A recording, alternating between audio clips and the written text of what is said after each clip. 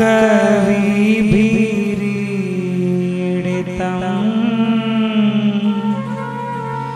कल्मषापहं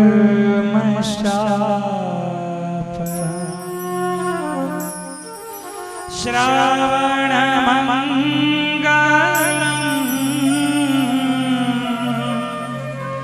श्रीमदाततं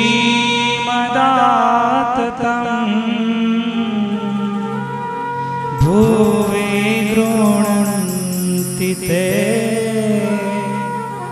भूरिदा जना। श्रीमन्नूतन निर्दाभतनवे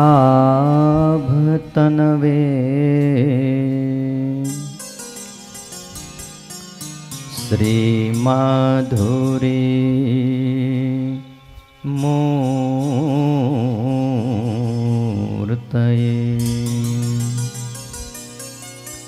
त्वंगतुंगतरंगसंगिवृतये संचत चलत वाससे नानाहार मनोहराय हरये यष्ट्यालसते पाणये तस्मै श्री गुरवे भवाय सहजानंदाय वंदामहे।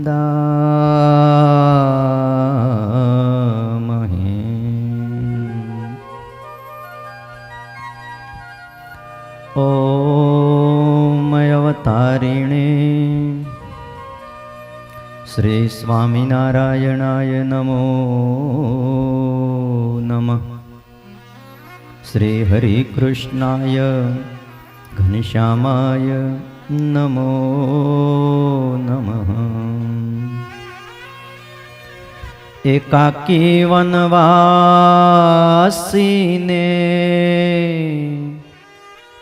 कठिन तपकारिणे बालयोगी श्री नीलकंठ वर्णेन्द्राय नमो नमः। परात्पराय पुण्यश्रवण कीर्तनाय श्री सहजानंद स्वामिने श्री नारायण मुनये नमो नमः।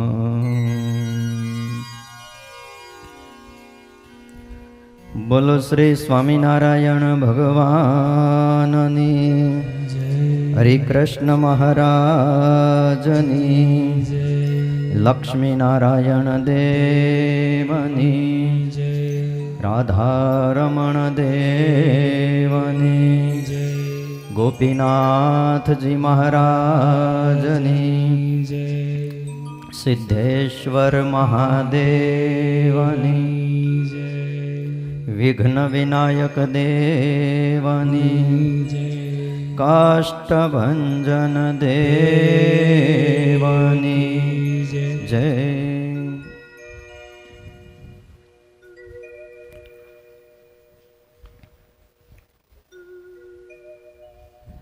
वाला भक्तजनों, सर्वाधार सर्वोपास्य परम ध्येय मूर्ति उपास्य मूर्ति कल्याण प्रदाता कर्तुम अकर्तुम समर्थ इष्टदेव भगवान श्री स्वामीनारायण वत्सल्य मूर्ति पूज्यपाद गुरुजी आदरणीय ब्रह्मनिष्ठ संतो वहला यजमानो अने वहला श्रोताजनो, आज तारीख 24/8/2024 वार कयो छे खबर छे? शनिवार छे। वार भूलाई गयो छे।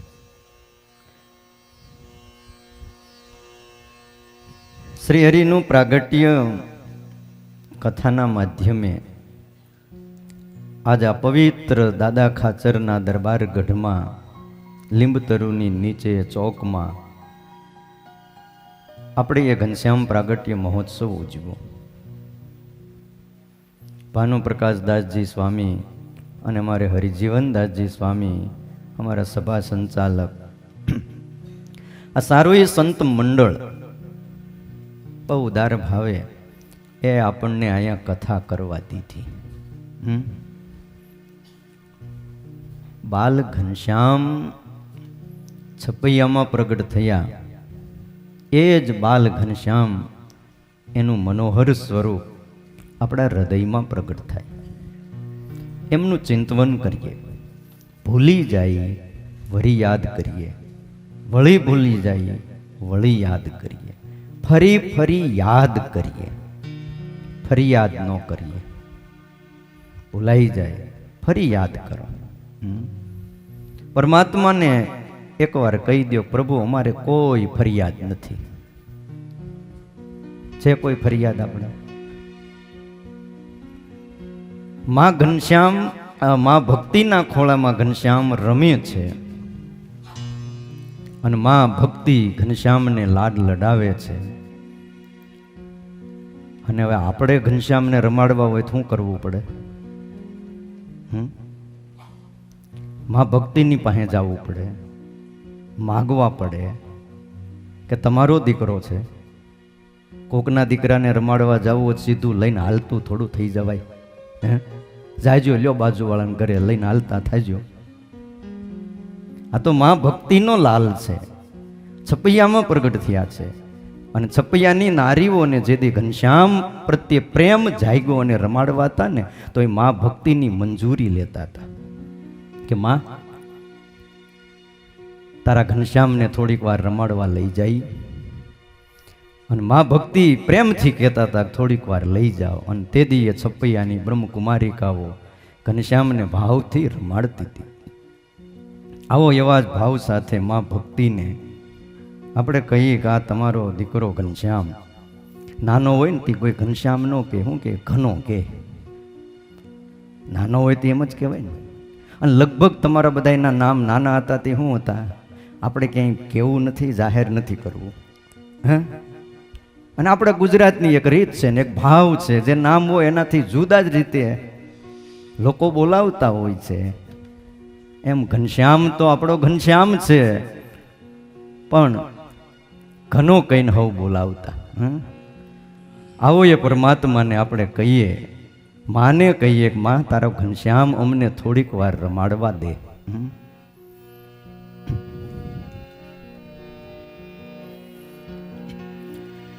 ઘનો રમાડવા દે ને, એ ઘનો રમાડવા દે ને મૈયા તારો, ઘનો રમાડવા દે ને.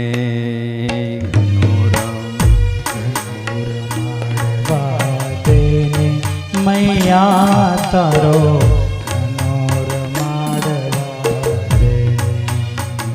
ઘનો રમાડવા દે ને મૈયા તારો, ઘનો રમાડવા દે ને.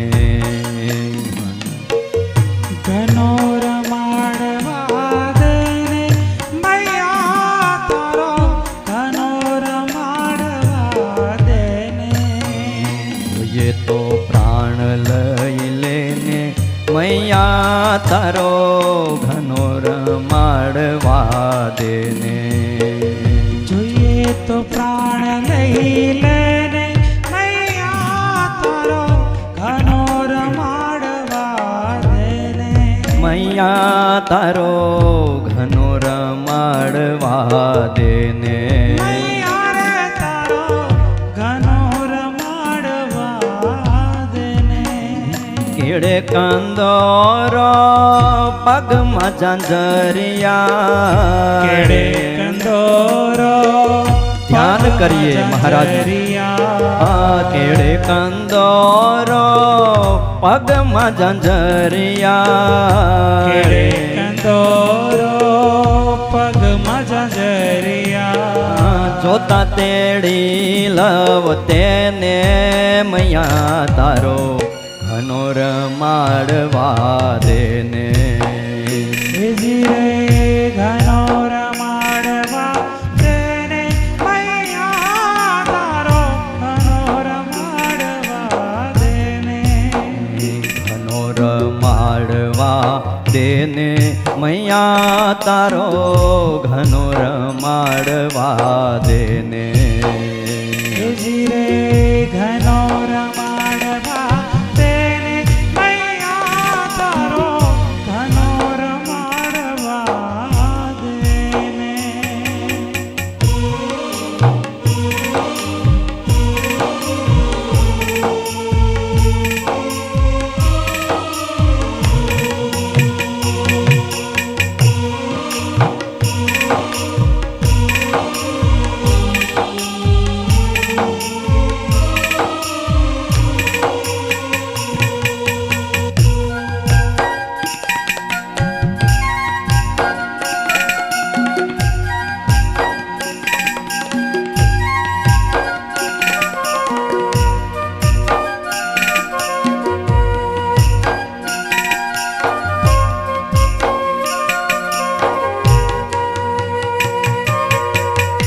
ઘેર ગોઠે ના ઘનો જોયા વિના ઘરે ગોઠે ના ઘનો જોયા વિના ઘેર ગોઠે ના ઘનો જોયા વિના ઘેર ગોઠે ના ઘનો જોયા વિના વાત કહું જય કેને મૈયા તારો ઘનો રમાડવા દેને એજી રે ઘનો રમાડવા દેને મૈયા તારો ઘનો રમાડવા દેને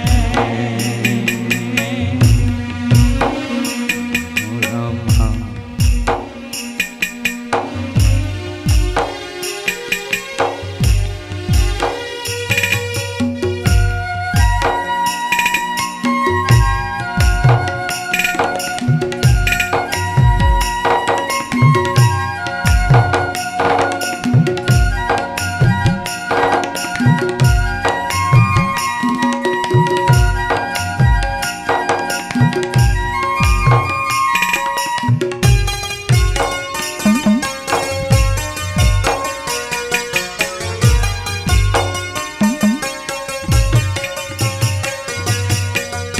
એને અને મારે પ્રીત પુરાની એને મારે પ્રીત પુરાણી એને અને મારે પ્રીત પુરાની એને મારે પ્રીત પુરાણી જુદા ના કર તું બેને મૈયા તારો ઘનો રમાડવા દેને એજી રે ઘનો રમાડવા દેને મૈયા રે તારો ઘનો રમાડવા દેને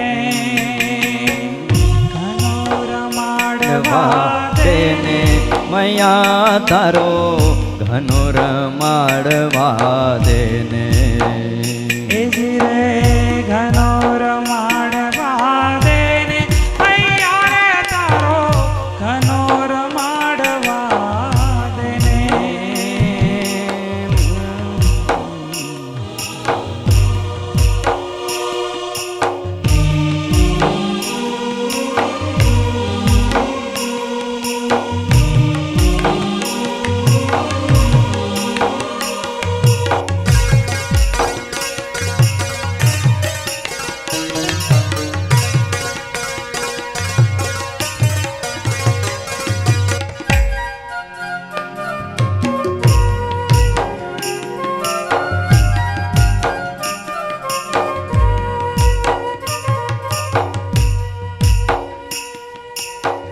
દાસ હરિ કૃષ્ણ ને રઠ લાગી છે દાસ હરિ કૃષ્ણ ને રઢ લાગી છે દાસ હરિ કૃષ્ણ ને રાઢ લાગી છે, દાસ હરિ કૃષ્ણ ને રઢ લાગી છે, મળ્યા વિના ચાલે ના એને મૈયા તારો ઘનો રમાડવા દેને. રે ઘનો રમાડવા દેને મૈયા રે તારો ઘનો રમાડવા દેને. રમાડવા દેને મૈયા તારો ઘનો રમાડવા દેને. ઘનો રમાડવા દેને મૈયા તારો ઘનો રમાડવા દેને. મૈયા તારો ઘનો રમાડવા દેને. મૈયા રે તારો ઘનો રમાડવા દેને. મૈયા તારો ઘનો રમાડવા દેને. મૈયા રે તારો ઘનો રમાડવા દેને.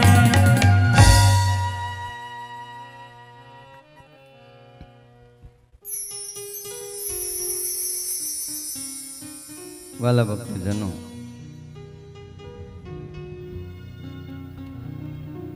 ભગવાન શ્રી હરિના ચરણોમાં જ્યારે પ્રેમ ભરી પ્રાર્થના કરવામાં આવે છે અને પોકારવામાં આવે છે ત્યારે પરમાત્મા ભક્તની નજીક આવે છે. બાલ ઘનશ્યામ છપૈયામાં પ્રગટ થયા. અનેક એવા ચરિત્રો બાળપણમાં પ્રભુએ કર્યા છે. છપૈયાની લીલાની કથા કરીએ ને, અને છપૈયા જેવું ધામ હોય તો એ છપૈયાની લીલાઓ અને અયોધ્યાની લીલાઓ પણ પૂરી થાય નહીં. એટલા ચરિત્ર ભગવાન શ્રી હરિએ છપૈયા અને અયોધ્યામાં કર્યા છે. જેવો ભાવ એવા ભગવાન.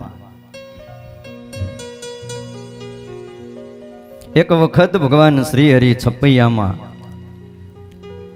લીલા કરી રહ્યા હતા. એમાં ભગવાન ઘનશ્યામ શ્રી હરિ પધાર્યા અને કુણા કાકડીના તોડ્યા. ત્યારે સુંદરી બાઈ હતા એના મામી. એણે કીધું કે ઘનશ્યામ, આ કુણા ચીબડા શું કામ તોડ્યા? કાલ મોટા થઈ જાત, અને મોટા થઈ જાત તો આવડા મોટા ચીબડા નિરાયતે ખાત. ઓલા આવડા જરી જરી નાના નાના તોડી લીધા. કંઈક વિચાર તો કરવો જોઈએ. અને શ્રી હરિનો સ્વભાવ એવો હતો કે કઠણ વચન ન સહેતા લગાર. ઘનશ્યામ રિહાણા, એમને બધુંય આવડે. જે તોડેલા ફળ હતા, ચીબડા હતા, એ મુઠ્ઠો ભરેલો તો ફળિયામ ઘા કર્યો, ફેંકી દીધા. ત્યારે મામીએ મરમ કર્યો કે ઘનશ્યામ, ભાણાભાઈ ખાવા નહોતા તો તોડ્યા શું કામ? ત્યારે ઘનશ્યામે કીધું, મામી જો તમને એવું લાગતું હોય ને કે મેં તોડી લીધા છે, તમે કહેતા હો તો એક એક ચીબડું પાછું ડીટીએ ચોંટાડી દઉં. અક્ષરધામમાંથી ગમ હારે જ લઈને આવ્યા હતા. નહોતા ચોટતા મૂર્તિમાં, એને મૂર્તિમાં ચોંટાડી દઉં છું. મારા સ્વરૂપમાં તલ્લીન કરી દઉં છું. તો આ જડ ચીબડાને ચોંટાડવા એ મારા માટે કાંઈ કઠણ નથી. મામી તમને એવું લાગતું હોય ને તો આ ચીબડા હું હતા ત્યાં ચોંટાડી દઉં અને તમારી ચિંતા મટાડી દઉં. આમ કહીને ઘનશ્યામ પાછા દોડ્યા. ફળિયામાંથી એક એક ચીબડું લઈ લીધું અને લઈને વેલાની હારે જ્યાં હતા ત્યાં ચોંટાડી દીધા. મામી વિસ્મય પામ્યા. ઓહો, ધન ધન ભગવાનને, ધન ઘનશ્યામને. અને પછી કુણા ચીબડા તોડી પોતાના હાથે પાછા મામીએ જમાડ્યા. ઘણીવાર એવું થાય, આપું તો હું આપું, હે તમે હાથે હે ના લઈ લ્યો. આ ચમત્કાર જોયો એટલે મામીને ભાવ થયો અને બહુ હેતથી તોડી અને જમાડ્યા. પળમાં પ્રભુનો ભાવ આવે છે અને ક્ષણમાં પાછો પ્રભુનો ભાવ જતો રહે છે. આવા સુખ ભગવાન શ્રી હરિ છપૈયામાં આપે છે. વળી એકવાર પોતાના મામા વિશ્રામ, જેનું નામ વિશ્રામ મામા કહેવાતા, વાડીએ આવ્યા અને ચીબડાના ખેતર જોયા અને વેલામાં ફળ જોયા. ગામડામાં તો ફળમાં હારામાં હારું જો કોઈ હોય તો એ ચીબડા. અત્યારે ચીબડા મંડ્યા આવવા. હા, વાડીમાં જો વાવ્યા હોય ને ઉગ્યા હોય ને તો ગોપીનાથજી મહારાજ માટે લેતા આવજો. હા, એના બેઠા બેઠા કથા સાંભળે એટલે પાછું મન થઈ જાય ચીબડા ખાવાનું. હા, રખોપું કરવા માટે નિત્ય જતા હતા અને મનમાં એવો ઘાટ થતો હતો મામાને કે ઘનશ્યામ જો મિત્રની સાથે અહીંયા આવશે અને કુણા કુણા કાકડા જે ચીબડા તોડી લે તો બહુ ખોટું થાય. તે સવાર સાંજ રખોપું કરે. ઘનશ્યામ નો આવે પોતાના મિત્રોની સાથે એટલે. અને આ જે ભાવ હતો, ચીબડા નાના નાના થયા એટલે એકવાર વિશ્રામ મામાએ જોવા માટે એક ચીબડું ઝીણું કૂણું તોડ્યું અને તોડીને ચાખ્યું તો કાંગસા જેવું કડવો કાંગસ્યો જોઈ લ્યો તમે. અને મામા નિરાશ થઈ ગયા. ઓહો, રાતે રખો પાકી રહ્યા. ગોફણ લઈને બેઠો તો, માંડવો નાખીને બેઠો તો, આખી આખી રાત જાગ્યો, દિવસે જાગ્યો અને ચીબડા કડવા નીકળ્યા. આવીને પોતાના બેન ભક્તિને વાત કરી કે બેન, ખેતી નિષ્ફળ ગઈ. કેમ? ચીબડાના બી તો મીઠા વાવ્યાતા, તપાસીને વાવ્યાતા, પણ કડવા નીકળ્યા. ખબર નથી પડતી કે આ કડવાશ આવી ક્યાંથી. બહુ આશ્ચર્ય થયું. ત્યાં તો મામા પ્રત્યે બોલ્યા માવ, એ હતો કડવો તમારો ભાવ. ત્યાં તો મામા પ્રત્યે બોલ્યા માવ, હતો કડવો તમારો ભાવ. ત્યાં તો મામા પ્રત્યે બોલ્યા માવ, હતો કડવો તમારો ભાવ. તો મામા પ્રત્યે બોલા માવ, તો કડવો તમારો ભાવ. એથી એમાં આવી કડવાશ, હજી હોય એ વિશ્વાસ. માયાવી કડવાસ, હજી હોય હૈયે વિશ્વાસ. આપો ખાવાની છૂટી જો તમે, આપો ખાવાની છૂટી જો તમે. આપો ખાવાની છૂટી જો તમે, આપો ખાવાની છૂટી જો તમે.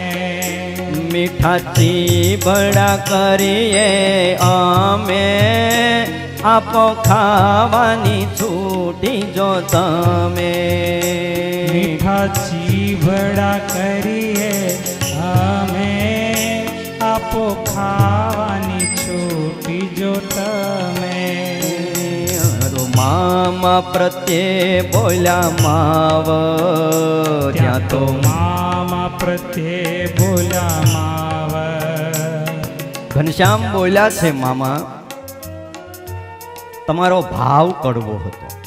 આ દુનિયામાં મીઠાશ ત્યારે આવે છે કે આપણા હૃદયમાં સામા પ્રત્યે જે ભાવ હોય ને એનાથી જ મીઠાશ પ્રગટે છે. જેટલી પણ જીવનમાં કડવાશ પ્રગટે છે એનું કારણ સામા પ્રત્યેનો આપણો અભાવ. જો ભાવ મીઠો થઈ જાય તો જીવન પણ મીઠું બને છે. ભગવાન શ્રી હરિએ ચરિત્ર કરતા કીધું, મામા આની અંદર જે કડવાશ આવી છે એ કડવાશ તમારા હૃદયની અંદર હતી. તમને એમ હતું ને કે આ ઘનશ્યામ મિત્રોની સાથે આવશે અને નાના નાના ચીબડા તોડી લે, ચીબડા બગાડશે, બસ એ તમારા ભાવને લઈને ચીભડા કડવા થયા છે. પણ હજી જો તમને હૈયામાં વિશ્વાસ હોય અને ખાવાની છૂટી આપો તો અમે ચીભડા મીઠા કરી દઈએ. મામાને થયું કડવા ચીભડા મીઠા થઈ જાય. હા થઈ જાય. સાકરનું પાણી મંડો પાવા, હા શેરડીનો રસ મંડો પાવા એટલે કડવાશ વહી જાય. સખા સહિત જમશું ત્યાંય રોક ટોકન કરશો કાય. સખા સહિત જમશું ત્યાંય રોક ટોકન કરશો કાય. માન રાખી મામાએ શરત મીઠા ચીભડા ચાખ્યા તરત. રાખી મામાએ તરત મીઠા ચીભડા ચાખ્યા તરત. એ રળે કેવળ સ્વાર્થ આશ, રણે કેવળ સ્વાર્થ આશ. એમાં કેવળ છે કડવાશ, એમાં કેવળ છે કડવાશ. જેમાં પ્રભુનો સંબંધ ભળે ફળ અમૃત સમાન મળે. જેમાં પ્રભુનો સંબંધ ભળે ફળ અમૃત સમાન મળે. જેમાં પ્રભુનો સંબંધ ભળે ફળ અમૃત સમાન મળે. જેમાં પ્રભુનો સંબંધ ભળે ફળ અમૃત સમાન મળે. નિજે આશ્રિતને સમજાવા, આશ્રિતને સમજાવા. કર્યા અદ્ભુત ચરિત્ર આવા, અદ્ભુત ચરિત્ર આવા. ઓ કર્યા અદ્ભુત ચરિત્ર આવા, અદ્ભુત ચરિત્ર આવા. અને મામાએ હા પાડી. રોકટોક નહીં કરું, જાઓ તમારા મિત્રોની સાથે વાડીએ આવી અને જેટલા ચીભડા ખાવા હોય એટલા ખાઓ. આપણે ત્યાં આ ગુજરાતની અંદર, સોરઠની અંદર, કાઠિયાવાડમાં સર્વત્ર તમે જુઓ ખાવાની ચીજ માટે કોઈ ના ન પાડતું. અને માણસો એવા હતા, આમ હાલ્યા જાય ને શેઢે સીબડાના વેલા હોય તોડતા જાય, કોઈ નાય ન પાડતું. એમાંય વાડ ન કરી હોય ને શેરડીના હાઠા ઊભા હોય તે કાંઈ એમ થોડું મને થોર ઊભા છે. હે એ હાઠા ભાંગતા જાય ને પાછા ખાતા જાય. બહુ મીઠી હો, બહુ મીઠી. હે અહીં પૂછવાનું ક્યાં હતું જ કયો. મામાએ છૂટ આપી અને પછી તરત ચીબડા ચાખ્યા, મીઠા થઈ ગયા છે. એટલે શાસ્ત્રોમાં એવું લખ્યું કે રળે કેવલ સ્વાર્થની આશ, એમાં કેવળ છે કડવાશ. ભલે સંપત્તિ કમાઈએ, સંસારમાં રહીને રૂપિયા ભેગા કરીએ, પણ જો એ પોતાના માટે જ સ્વાર્થથી એ રૂપિયા કમાવામાં આવે છે તો એની અંદર કડવાશ છે. પણ જેમાં પ્રભુનો સંબંધ ભળે તો એ ફળ અમૃત સમાન થઈ જાય છે.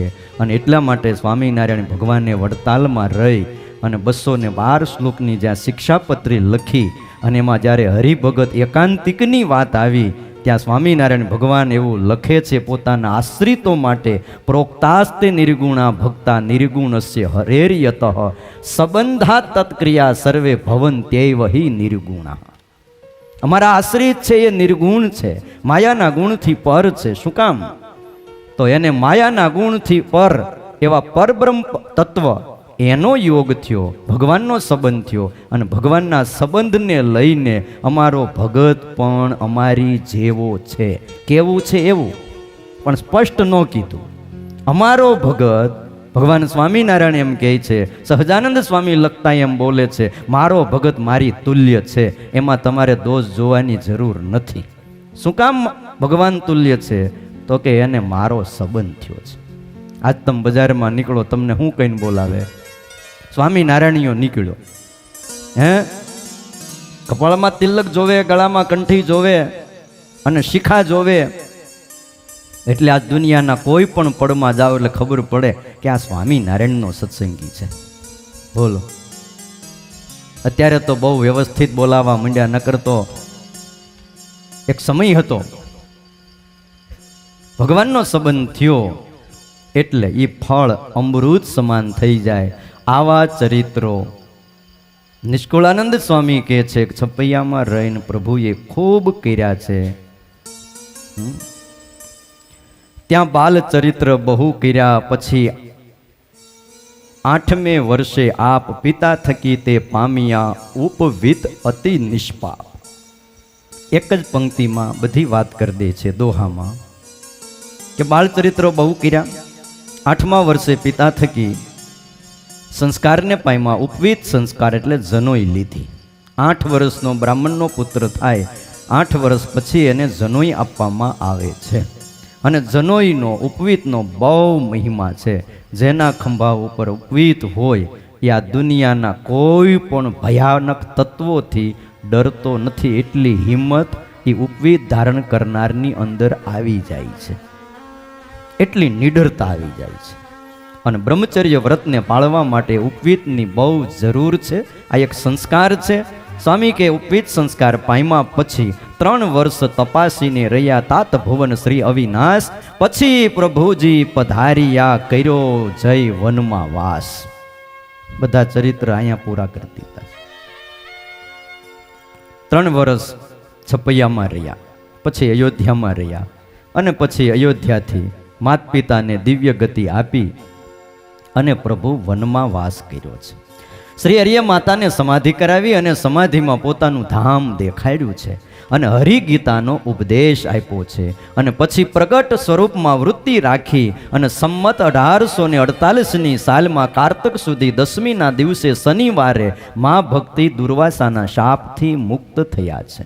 ભૌતિક શરીરનો ત્યાગ કરી અને સિદ્ધ ગતિને પામ્યા છે. દિવ્ય દેહ મા ભક્તિ ભગવાન શ્રી હરિની સેવામાં રહ્યા છે.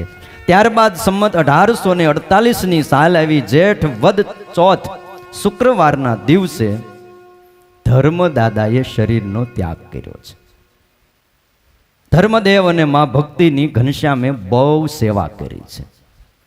8 વર્ષે ઘર છોડીને નીકળવું હતું અને ભાગી પણ ગયા હતા.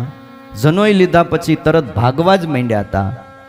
પણ ત્યાં વિચાર આવ્યો, મામા પાછળ દોડ્યા કે ઘનશ્યામ, એ ઘનશ્યામ ઉભા રહ્યો.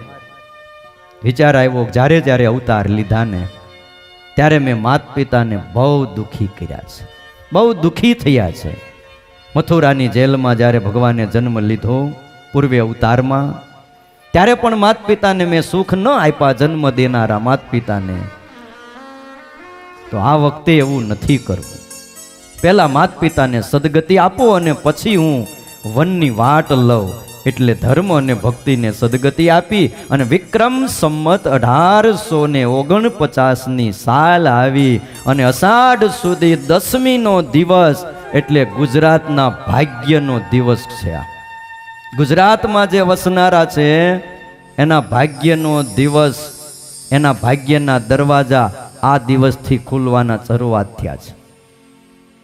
જો પ્રભુ વનમાં ન ગયા હોત, છપૈયામાં અયોધ્યામાં જ રોકાણા હોત તો હાવ હાચું કયો આ દાદાનો દરબાર એટલો પવિત્ર હોત ખરો? આ ગઢડું ગઢડું થાય છે એ ન થતું હોત. પણ અષાઢ સુધી 10મીના દિવસે વહેલી સવારે પગમાં આજે મોજડી નથી પહેરી અને આજે માથા ઉપર રહેલી જટાને બાંધી દીધી છે અને એક મૃગ ચર્મ ધારણ કર્યું છે. ગળામાં તુલસીની બેવડી કંઠી છે, શાલિગ્રામનો બટવો છે અને આ બધું જ એટલું હારે લઈ અને તમામ જે જરિયાની વસ્ત્રો સુવાસીની ભાભીએ પહેરાવ્યા હતા એનો ત્યાગ કરી દીધો છે અને અડવાણે પગે વરસતા વરસાદમાં શ્રી હરિએ અયોધ્યાનો ત્યાગ કર્યો છે. આવ્યા સીધા સરયુના કિનારે. 11 વર્ષ 3 માસ અને 1 દિવસ ની ઉંમર છે. 7 વર્ષ વન વેઠ્યું વળતો વાલ મેં કર્યો વિચાર. એ જે અર્થે આ અવતાર છે તે કરું હવે નિર્ધાર. તે કરું હવે નિર્ધાર. 7 વર્ષ સુધી વાલમજીએ ઉઘાડે પગે કઠોર વનની યાત્રાઓ કરી છે. ક્યારેક નીલકંઠનું ચરિત્ર સાંભળીએ ને ત્યારે એમ થાય કે જે ચરણને લક્ષ્મીજી પોતાના ખોળામાં લઈને દાબતા હોય અને એ ચરણ જે દી વનની કઠોર ભૂમિ ઉપર એમનું પડતા હશે અને એમાંથી લોહીની ધારાઓ થતી હશે, કોના માટે આ બધું? વધારે ન કરો ન તો કાંઈ નહીં. મા બાપ 15 દિવસે એક એકાદશી આવે ને એક ઉપવાસ કરજો. પ્રભુએ 4 મહિના સુધી ઉપવાસો કર્યા છે અને 7 વર્ષ સુધી કોઠા બોરા ખાધા છે. ક્યાંક ક્યાંક કોઈનો ભાવ જોઈ અને વચ્ચે થોડુંક સ્વીકાર્યું, એ એના ભાવને વશ થઈ. બાકી તો કોઈ મળે તો ઠીક છે, ન મળે તો કાંઈ નહીં. વનના પત્રો, ક્યારેક પાણી પી અને 4 દિવસ, અને ક્યારેક તો પાણી પણ ન મળતું અને 4 દિવસ થઈ જતા અને મૂર્છા ખાઈને વનમાં પડી જતા હતા. કોઈ ઊભું કરનાર પણ ત્યાં નહોતું. વનની અંદર ફર્યા. નિષ્કુળાનંદ સ્વામી લખે છે, પછી જોગી ગોપાળને મળી કરી ઈચ્છા એની પૂરી વળી. મળ્યા પ્રભુજી પૂરણ કામ તજી તન ગયા અક્ષરધામ. આમાં ધામમાં ગયા એની જ વાતો આવે છે. ભગવાનના સંબંધે, ભગવાનના યોગે કોણ કોણ ધામને પામ્યા, કેવી રીતે ધામને પમાય છે, એનો શું મહિમા છે. વનમાં એક યોગી રહેતા હતા, આમ નેપાળમાં હતા. અહીંથી પ્રભુ નીકળ્યા, સરયુ નદીને પાર કરીને સામે ગયા અને ત્યાંથી ઉત્તર હિમાલયનો રસ્તો લીધો અને ત્યાંથી હિમાલય ઉતરીને ધીમે ધીમે ધીમે એ કાઠમંડુકને આ બધું વનમાં જ્યારે નેપાળમાં પ્રવેશ કર્યો ત્યારે નેપાળના વનની અંદર એક યોગી જોવામાં આવ્યા. આ યોગીનું નામ હતું ગોપાળ યોગી. અષ્ટાંગ યોગને પોતે પારંગત થયેલા હતા. નીલકંઠ પ્રભુ સવારમાં ચાલ્યા આવે છે પૂર્વ દિશામાંથી અને યોગી આંખો બંધ કરીને બેઠા છે. આજ વર્ષો પછી પહેલી વાર એનું મન માંડ્યું ખેંચાવા. પૂર્વ દિશામાં યોગીની આંખ ઉઘડી ગઈ. વિચાર કર્યો કે આટલો નિરોગી મનનો હું, મારું મન કોઈ વ્યક્તિમાં, કોઈ વસ્તુમાં ખેંચાય નહીં, પણ આજ સામેથી કોઈ ચાલ્યા આવે છે એમાં મારું મન કેમ ખેંચાય છે? અને આપણા આર્ય પુરુષોના મન એવા હતા, ન ખેંચાતા. અને મન ખેંચાય એટલે એનું મન નક્કી કરી દેતું કે આ કોઈ વ્યક્તિ નથી, આ વ્યક્તિ વિશેષ છે. તમે ક્યારેક વાંચો, બોલો, દુષ્યંત રાજાની કથા, શકુંતલાની કથા આવે છે.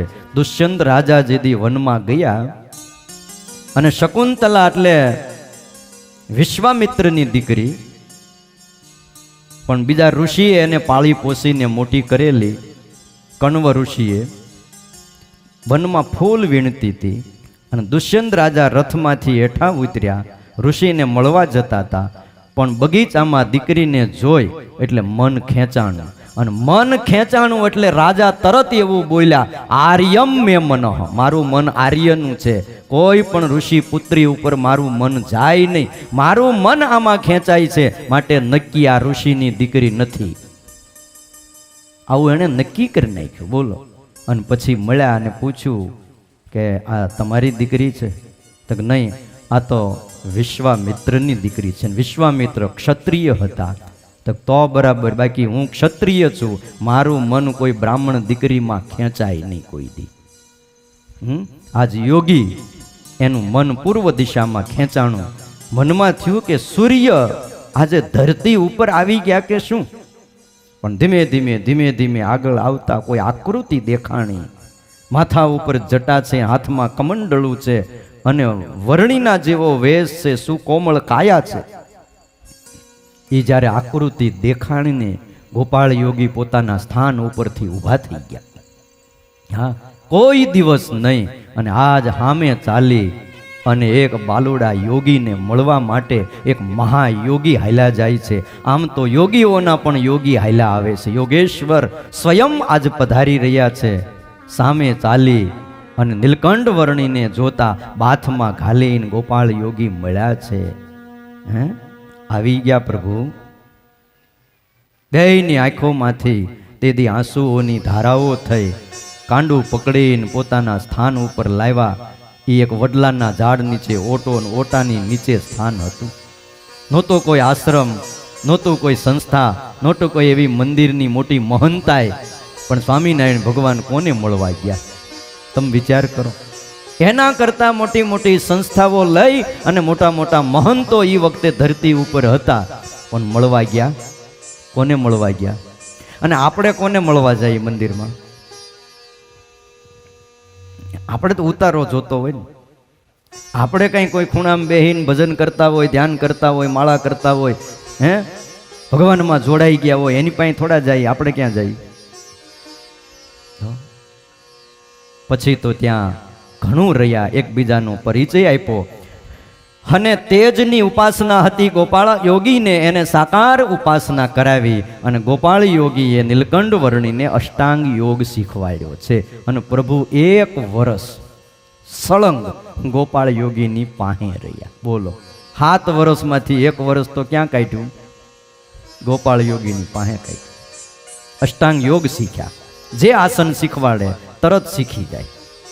શ્રી હરિને જેટલા 84 આસનો છે એ બધા જ આવડતા.